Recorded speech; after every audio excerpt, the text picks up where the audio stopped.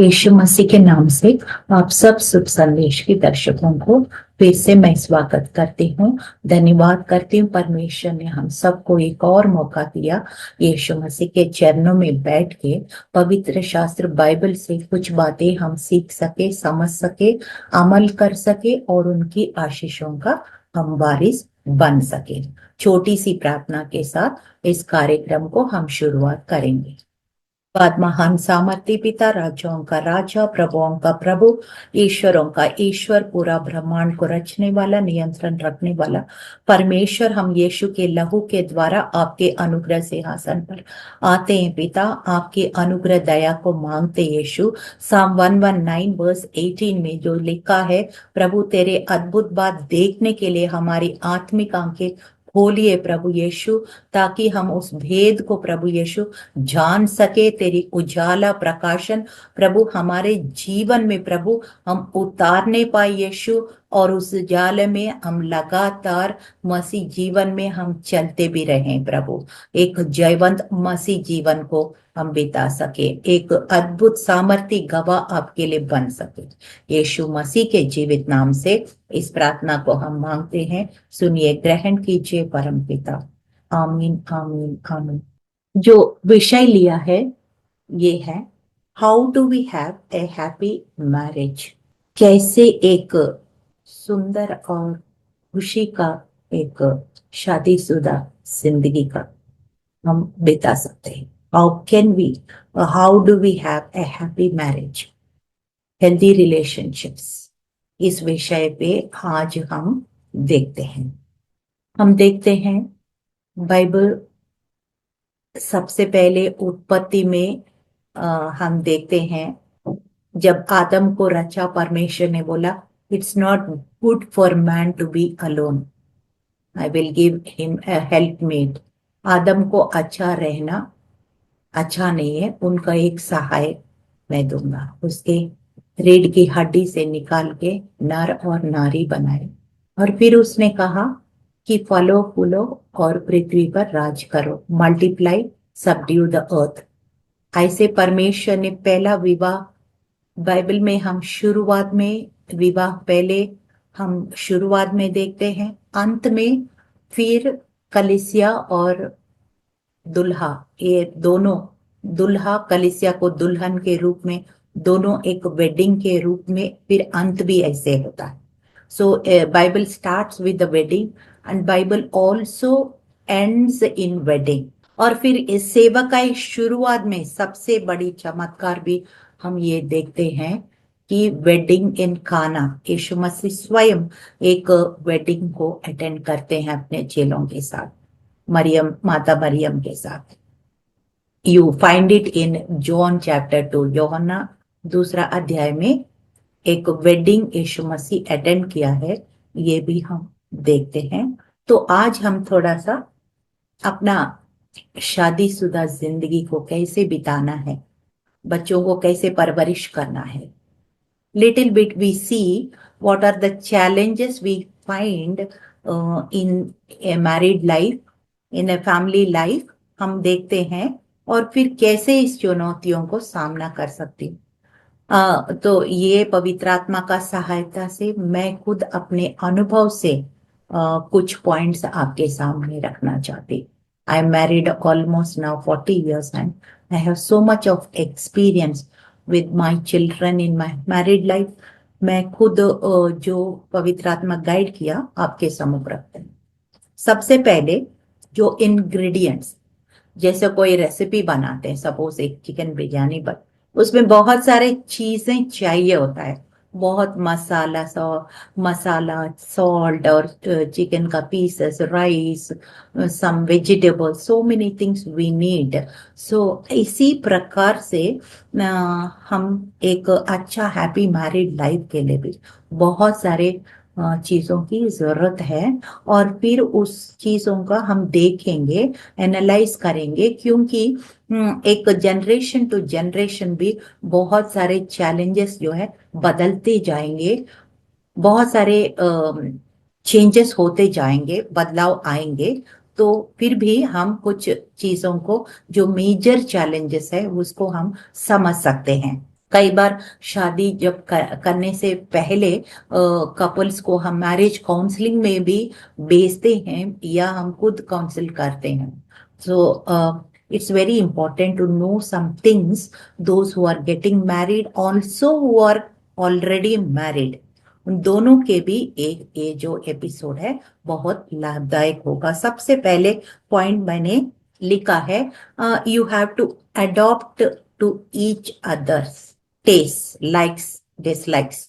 हमको ये समझ के जाना पड़ेगा कि दो व्यक्ति एक साथ बंधन में जब जुड़ते हैं, we are of different backgrounds, हम लोग दोनों अलग अलग जगह से, अलग अलग पेरेंट्स से हम काफी समय तक, I don't know how many years, कि मे बी 25 साल, 30 साल, कितना भी समय होगा, तो हम एक अलग बैकग्राउंड में, अलग अलग पेरेंट से, अलग अलग तरीके से परवरिश किया है। हमारा अपब्रिंगिंग डिफरेंट है। कई बार हमारा लैंग्वेज भी अलग हो सकता है, हमारा हैबिट्स भी अलग हो सकता है, हमारे ईटिंग हैबिट्स, ड्रेसिंग हैबिट्स, बहुत सारी चीज में फर्क हो सकता है। So you need to make lot of adjustments. आप उनको क्या पसंद है आपको करना पड़ेगा, और हस्बैंड को वाइफ का क्या पसंद है उनको भी तो थोड़ा एडजस्ट करना पड़ेगा, इनको भी थोड़ा एडजस्ट करना पड़ेगा, एक दूसरों से एडॉप्ट करना है, तब जाके ये बात बनेगी। फिलिपियों 2:3 में लिखा है, विरोध या झूठी भड़ाई के लिए कुछ ना करो, पर दीनता के साथ एक दूसरों को अपने से अच्छा समझो। एक दूसरों के अच्छा समझने का मतलब, you have to give preference to the other person before you. आप पहले खाओ, आप पहले क्या पसंद है मुझे बताओ। मतलब कहने का मतलब है, you have to always look for not only your needs, अपना इच्छा को नहीं, दूसरों का इच्छा को भी आप लेके हमेशा चलना पड़ेगा, और दोनों चीजें बैलेंस करते हुए चलना पड़ेगा। और दूसरा पॉइंट मैंने लिखा है कि जब हमसे कुछ गलती हो जाता है, and you know, married life में लड़ाई होती है, हर स्टेज में लड़ाई होते हैं। When you are newly married और you are married for some years, बहुत लॉन्ग टाइम मैरिड, फिर भी लड़ाई होती है। ऐसे मैंने किसी को नहीं देखा बिल्कुल लड़ाई नहीं होता है या किसी भेदभाव नहीं होता है, ऐसे मैं नहीं, ये प्रैक्टिकल नहीं समझती हूँ, क्योंकि there is always some kind of friction, conflict in every family, but okay.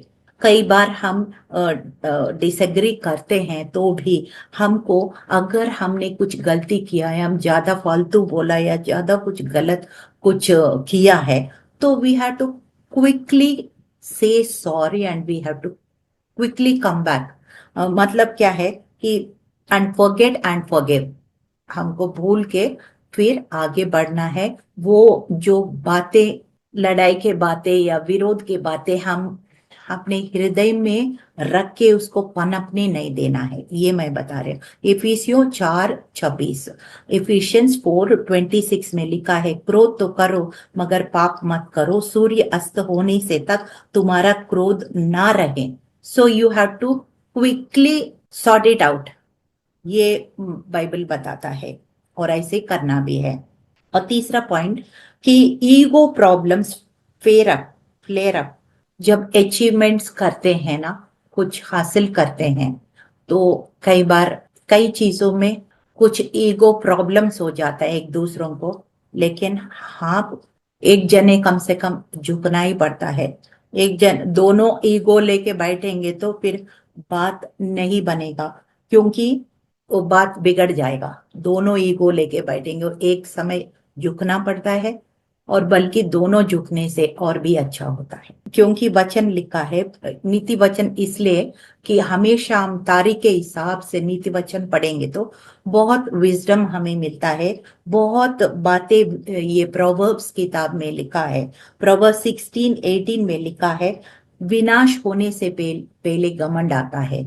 और फिर प्रोवर्ब्स 29:23 में लिखा है, ह्यूमिलिटी ब्रिंग्स ऑनर, मतलब नम्रता क्या सम्मान को लेके आता है। तो इसका मतलब ये जो घमंड और नम्रता दोनों का विपरीत है, तो इसलिए हमको क्या चुनना है, नम्रता चुनना है, घमंड को नहीं चुनना है। और कितना भी हमने अचीव किया हो, sometimes you know women also they achieve more and they don't like to submit to men. But हमारा जो इंडियन कल्चर में ऑलवेज कितना भी हमने अचीव किया तो भी हमारा संस्कृति यही सिखाता है कि, और बाइबल भी सिखाता है कि हस्बैंड के अधीन रहना ही पड़ता है। बहुत मुश्किल होगा जो बहुत अचीव किए हुए वेमेन को, लेकिन हमको सबमिट तो करना ही पड़ता है। और फिर जब हम नम्रता दिखाएंगे हमें खुद सम्मान मिलेगा। यही बाइबल बता रहे कि I will read one scripture, proverbs 22:4, नीति वचन 22 का 4 मैं पढ़ रही हूँ। नम्रता और यहोवा का भय मानने का फल धन, महिमा और जीवन होता है। I am not telling this, Bible is telling this, कि नम्रता और यहोवा का भय मानने से क्या होता है, धन होता है। किसको धन नहीं चाहिए, धन होता है, और परमेश्वर की महिमा का कारण होता है, और फिर जीवन भी देता है। So you have all these good qualities, but when you show humility, hallelujah. तो ये बहुत इंपॉर्टेंट है। कई बार ईगो प्रॉब्लम्स के वजह से मैरिजेस ब्रेकअप हो जाते हैं। So don't let pride enter into your married life.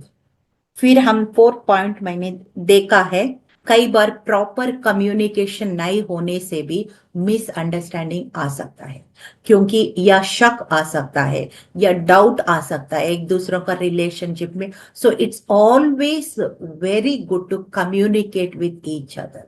क्या क्या हो रहा है, लेटेस्ट अपडेट क्या है, लगातार एक दूसरों को हम बताते रहना है। जितना हो सके हम अपना जीवन में सीक्रेट्स नहीं रखने से वो रिलेशनशिप जो हमेशा हेल्दी रहता है। जितना हो सके एक दूसरों के बारे में अच्छा सा कम्युनिकेशन होने से काफी उसको हेल्प करता है। और कम्युनिकेशन नहीं होने से क्या होता है कि एक दूसरों के ऊपर शक आ सकता है, विश्वास का कमजोरी आ सकता है, और फिर क्या है, वो रिश्ता में एक डाइल्यूटेड वर्जन आपको मिलेगा।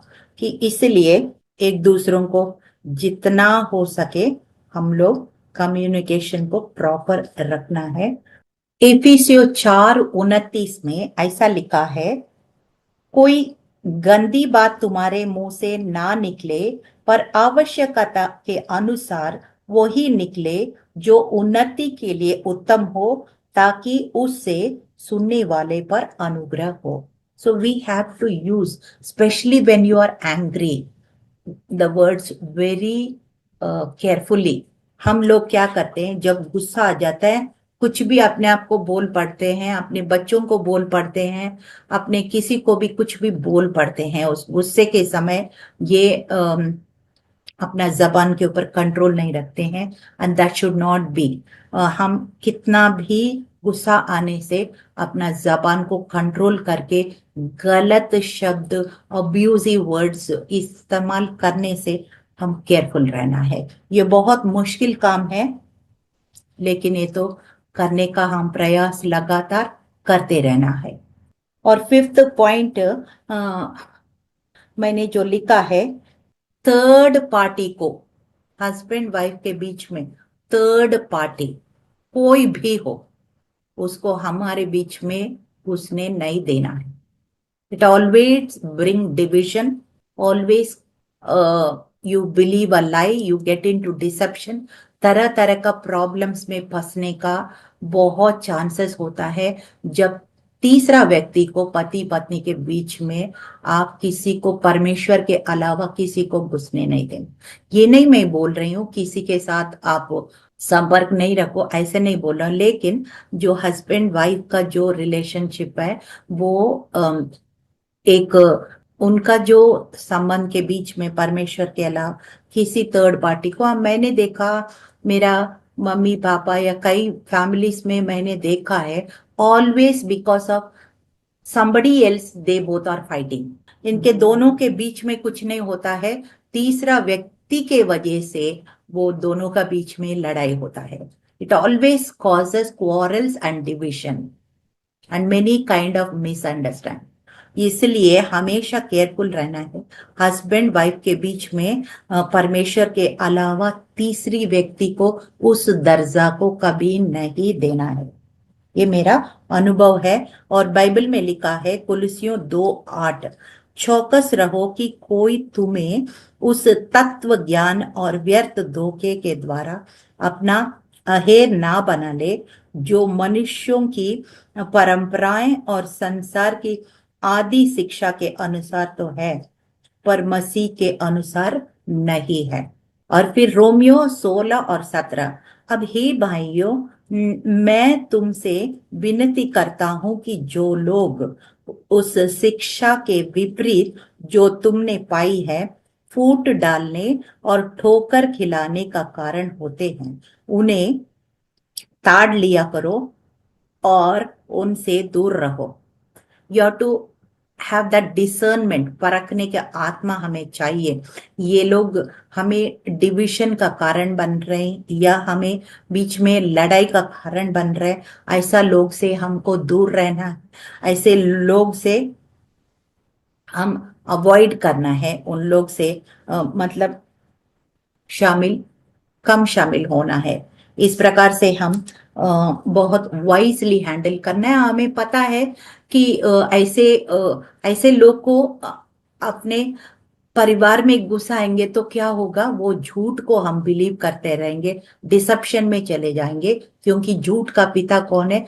जॉन 8:44 में लिखा है, वो आरंभ से ही झूठ बोलता आ रहा है और फिर वो झूठ का पिता है। और वो झूठ बोलेगा, हम उसको विश्वास करेंगे और अपनी मैरिज में खुद ही जो परमेश्वर ने एंजॉय करने के लिए हैप्पी मैरिज को क्रिएट किया, उसमें हम खुद ही डिस्टरबेंस का कारण बन जाएंगे। इसलिए we have to be wisely be discerning who is this third party who is creating division in our family.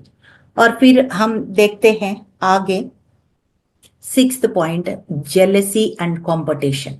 आपको पता है सिबलिंग राइवलरी होता है, बाइबल में भी देखते हैं। यूसुफ ने जब अपना दर्शन बोला तो उनके सारे भाई बहुत जेलसी होके उनको गड्ढे में डाल दिया और 20 साल तक एक दूसरों के संपर्क नहीं था।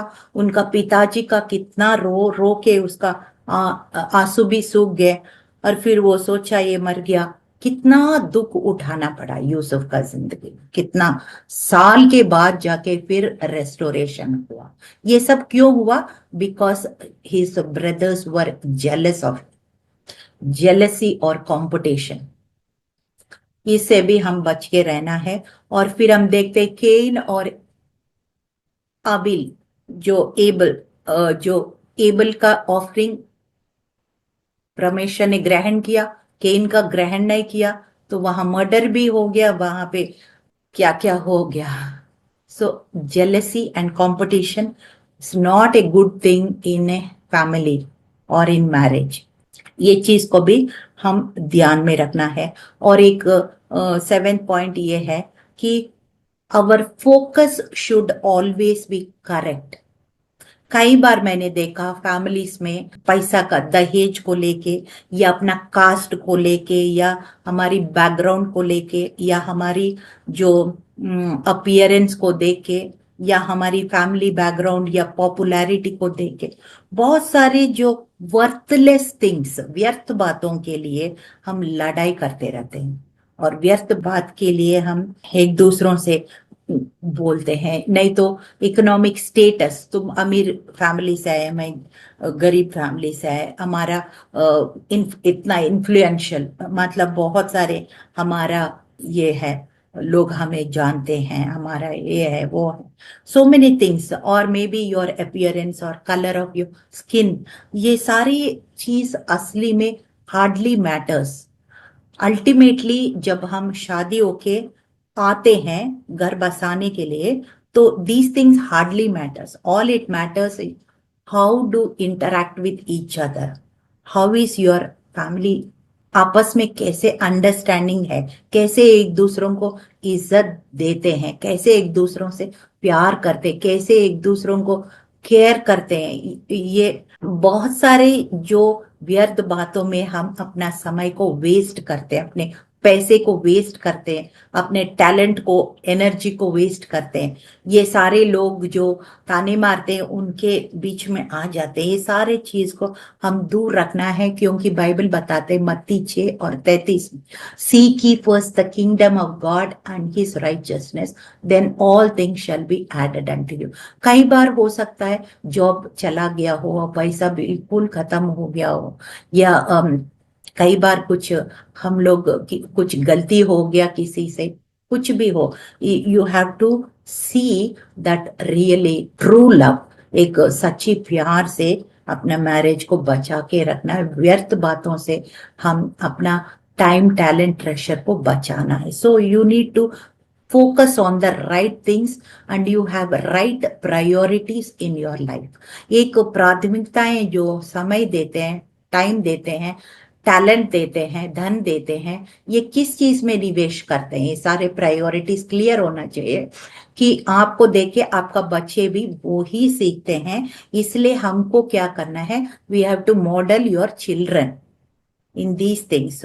मैं एक वचन पढ़ती हूँ, कुलसियों 3:1 में लिखा है, अतः जब तुम मसीह के साथ जिलाए गए हो तो स्वर्गीय वस्तु की खोज में रहो, जहां मसीह विद्यमान है और परमेश्वर के दाहिने ओर बैठा है।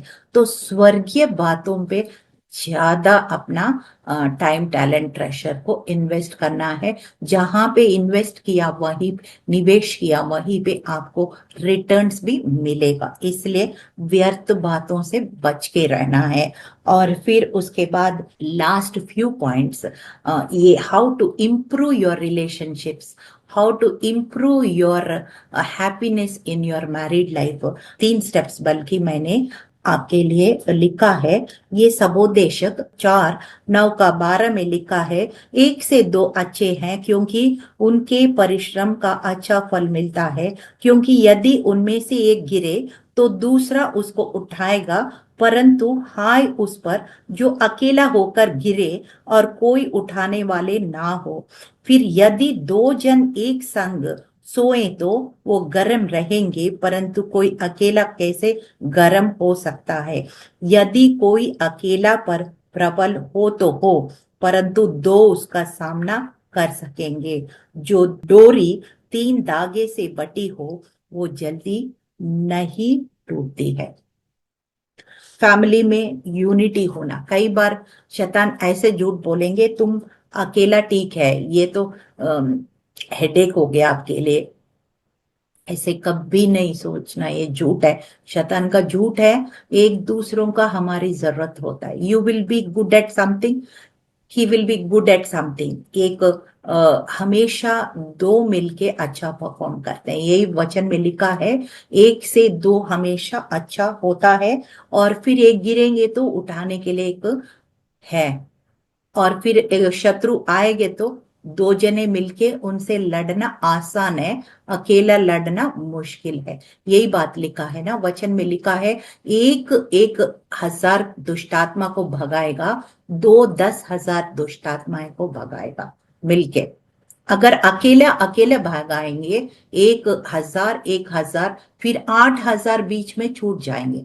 So they will always, that is why, try to divide the family, but you should be on guard। Hallelujah. तो इसलिए हमें, और इस वजह से family always should pray together. ये इंग्लिश में ऐसे कहावत है कि family that prays together stays together. तो हम जब परिवार के रूप में प्रार्थना करेंगे, बच्चे हमसे सीखेंगे, वो भी परिवार के रूप में प्रार्थना करेंगे। और प्रार्थना करने से क्या होता है, एक दूसरा सा अंडरस्टैंडिंग बढ़ जाता है, आपस में प्यार बढ़ जाता है, और शैतान घुसने का मौका नहीं मिलता है। क्योंकि बच्चे भी वो ही सीखते हैं, और हम जो कहते हैं वो कम सीखते हैं, जो हम करते हैं वो ज्यादा सीखते हैं। They learn what we do rather then what we say. मतलब ये बहुत प्रैक्टिकल है। तो इसलिए हम करके दिखाना है, मॉडल करके दिखाना है अपने बच्चों को, और फिर बच्चे वो ही फॉलो करते हैं। कोई भी देश हो, कहीं भी चला जाए, वो उसको फॉलो ऐसे फॉलो करेंगे, क्योंकि बाइबल में साफ साफ लिखा है, ड्यूटरॉनमी 6:6 और 6 और 7 में लिखा है, तू अपने बच्चों को ऐसे ट्रेन करो, अपने बच्चों को ऐसे सिखाओ, चलते फिरते वो उनको बाइबल के बातें सिखाओ, बाइबल की शिक्षा दे दो, उनको वचन सिखाओ, वचन की बातें सिखाओ, प्रार्थना की बातें सिखाओ, संगति की बातें सिखाओ। ये सारे बच्चों को सिखाने के लिए यहोवा परमेश्वर ने इजरायलियों को कहा। ड्यूटरॉनमी 6:6 और 7 उसमें लिखा है, चौखट पे लिखो, हाथ में बांधो, गले में बांधो वचन को। बहुत इंपॉर्टेंट है ये सारे चीज, ऐसे करके यहोवा परमेश्वर इजरायलियों को सिखाया था। और फिर हम प्रोवर्ब्स 22:6 में भी देखते हैं, train up the child in the way he should go, when he grows old he shall not depart from it। इसका मतलब कि अब जो छोटे ही हैं, जैसे हमने तिमोथी का वो यूनिस का वो एपिसोड भी बनाया, कैसे लुइस और यूनिस मिलके कैसे तिमोथी को तैयार किया, और तिमोथी कितना अच्छा सेवकाई किया पौलुस के साथ मिलके। तो हम ये सब देखते हैं, they all learn first church is your family itself, first church is your home itself, charity begins at home, ऐसे कहते हैं ना। तो इसलिए हमको ये सब चीज घर में ही सिखाना है, हम खुद करना है, फिर हमारे बच्चे भी हमको फॉलो करेंगे। And if we have happy married life, then our children also will have believers as partners, and they will have we will have healthy Christian homes and godly offsprings for our next generation।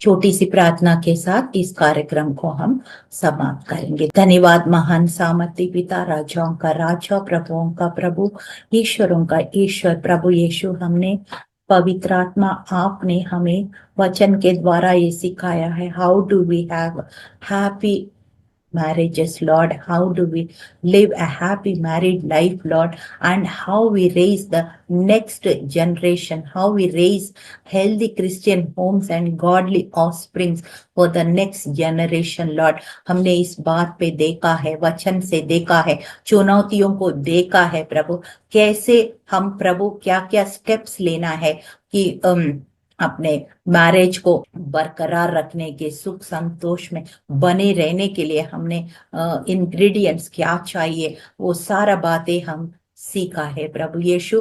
पवित्र आत्मा वचन के द्वारा, पवित्र आत्मा का सौभाग्यता के द्वारा, प्रेम के द्वारा प्रभु हमें अच्छा वैवाहिक जीवन बिताने के लिए और अच्छा नेक्स्ट जनरेशन को रेज अप करने के लिए प्रभु यीशु हमें मदद कीजिए, हमें सहायता कीजिए। एक एक परिवार में सुख शांति हो, आशीष कल्याण हो, तेरा राज्य आए, तेरी इच्छा पूरा हो, हम घटे आप बड़े, यीशु मसीह के जीवित और सामर्थी नाम में इस प्रार्थना को मांगते, सुनिए, ग्रहण कीजिए परम पिता।